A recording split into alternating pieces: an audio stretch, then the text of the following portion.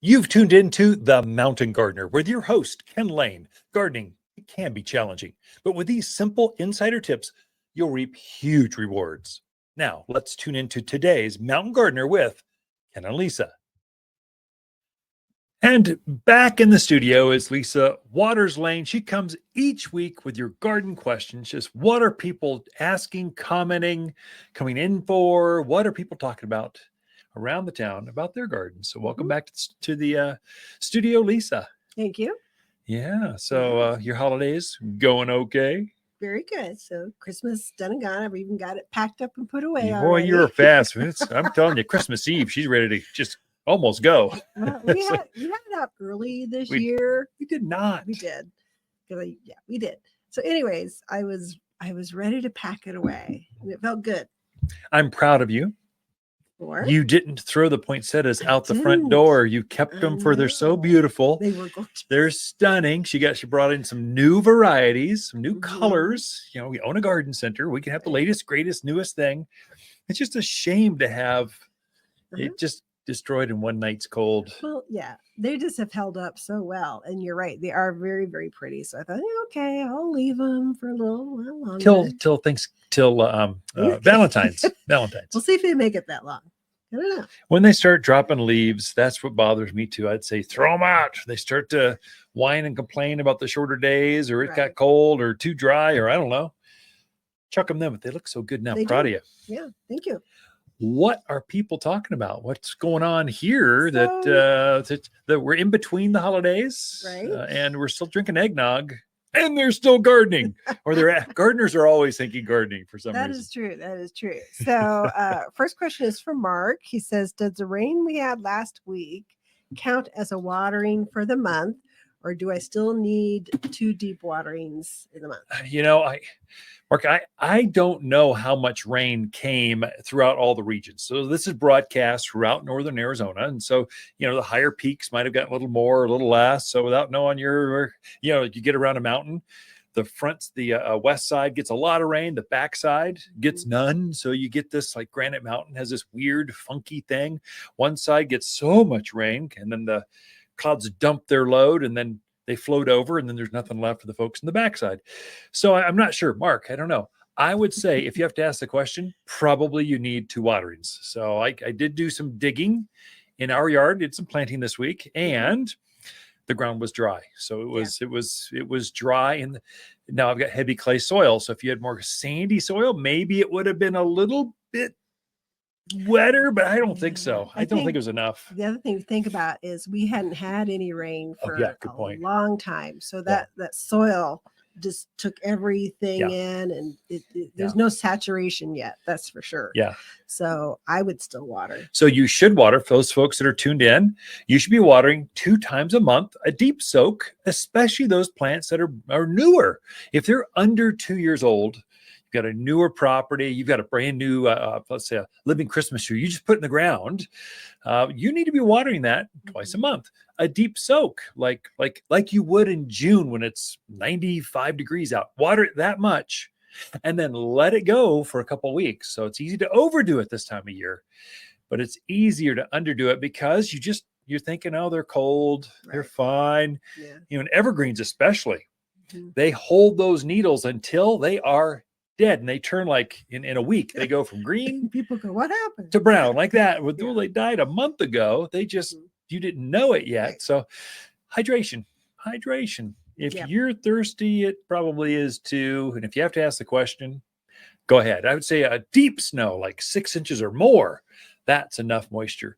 An inch of rain, and I know we didn't get that much, that might be enough. And that's where you're seeing the ground saturate and starting to flow. So that dry creek in the backyard, you're seeing that start to run.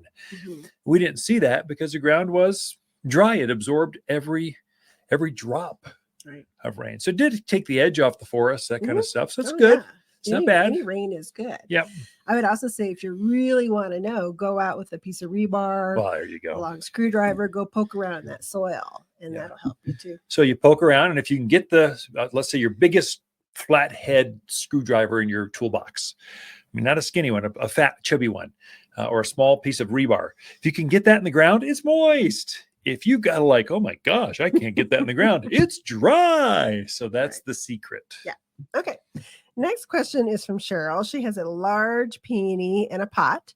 She wants to know if she can trim it back now. And if yes, do you cut it back down to the soil or do you leave Yeah, some of good the question. sprouts there? That's a good question. This is not just for containers, it's for Just ground, any anything. peony in the ground, in the garden, raised beds, wherever. So they've grown up. So you've got English peonies are good, knee high or taller. Your Ito peonies are hip high. They're up to they're much bigger, and they're both treated the same way. So you're going to cut that back down to the ground and just as close as you can without nicking the eyelets that might be coming up. I haven't checked ours, so I still have ours up. It's on my to-do list. I'll get there eventually. There's no rush. Right. So I'd say by the end of February, you should be cutting back your perennials, including the peonies. So you're cutting those back to, I don't know, an inch or two to the ground, something like that. Now, peonies are very robust. They can go down to minus, I think 40 or maybe minus 50 degrees. They don't mind the cold at all. And you'll find them start to emerge from the garden, from the soil, from that container about, sometime after January. So February, sometime you'll start to see, islets are coming up. So gardeners go, spring's coming. I can't wait for that flower in April and May. So I'd say take your time, cut it back as close as you can and watch for, are there islets coming out yet? And I don't know yet. But if you do, don't nick those because that's this spring's growth. But if not, just cut it back. Doesn't matter. It's not going to hurt it to have it up, not going to hurt it to have it back. They just don't care, but they don't want it, all that extra brown growth. They want last year's growth shading this year's new spring growth. They want the sunshine. So probably if you start to cut it back, the ground will warm up and you'll start to see that growth happen a little sooner. And water. Good question. Yeah. Oh, and water your peonies. Don't let them go dry. Yeah. All right. I think we got time for one more. This one is from Amanda. She is getting ready to, she's got a raised bed she put in last year. She's getting ready, wants to get them ready for the coming spring. Yeah, easy. The question is, besides mulch or soil, what else would you add into that bed? So if it's a brand new bed, or older bed, what happens is in raised beds, because the space is so confined, it's only got this much soil. It can't reach out and go, this is kind of old soil. I need to root over there and pick up some more nutrients over there. It's confined. It's like a container garden. So you need to revitalize or refreshen that.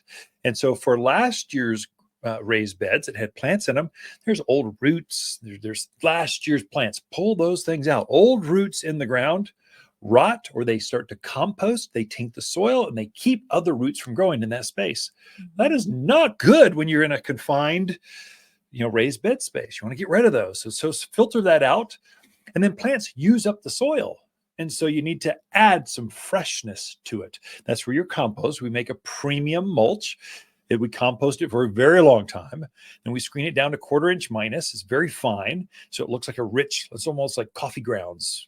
And the plants just respond to it as nutrients. Manure, this time of year, look, get some barnyard manure. We make a deodorized manure, so it's not gross. So it's like, I realize poop is bad, stinky, gooey, gross, but not ours. We compost it an extra long time, and then we cut it with some real fine, our mulch, and so it comes out deodorized. You can't even tell it's manure. You'll never see a poop nugget. Turd in there. Too much. Yeah, it's not gonna. That would be a good additive on top of there too. And then here's the insider tip. So our plants are grown in Water's potting soil. So potting soil is a grower's mix. That's our grower's mix.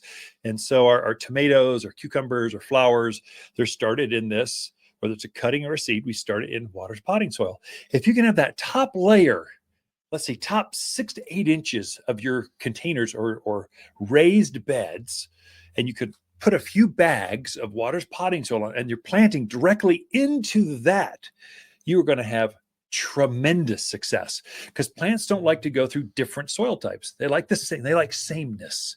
So if you can give it more of the same thing it's already grown in, it's going to just thrive and you'll get bigger plants sooner, faster. Anyway, top layer, add some water spotting. So other than that, you're ready to plant starting usually after Valentine's or so.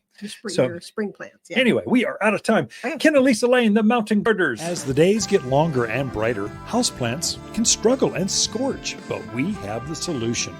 At Waters, we've organized our houseplants from A to Z for the brightest of sunny locations, many even bloom. With experts that know plants and how to make them grow. Shipments of the freshest houseplants in town have just arrived from A to Z and ready for a bright new home. Waters Garden Center, where people who love bright green houseplants, they love to shop, found in Prescott. For a more fruitful garden, increased success in the landscape that just feels better, then tune in daily to the Mountain Gardener podcast. Subscribe through your favorite podcast streamer or visit watersgardencenter.com. Better yet, visit me directly right here at Waters Garden Center. Thanks for tuning in.